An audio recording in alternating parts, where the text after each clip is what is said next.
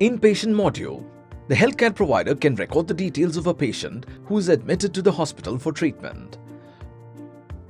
Log into your account, select the preferred patient from your patients list and click on New Health Record and navigate to the Inpatient module.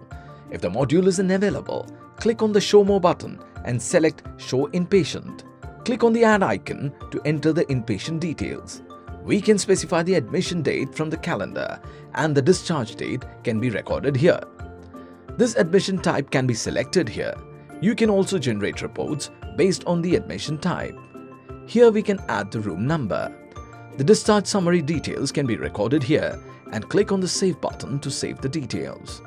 Before completing this health record, if the doctor wants to edit any of the information, add in the Inpatient module.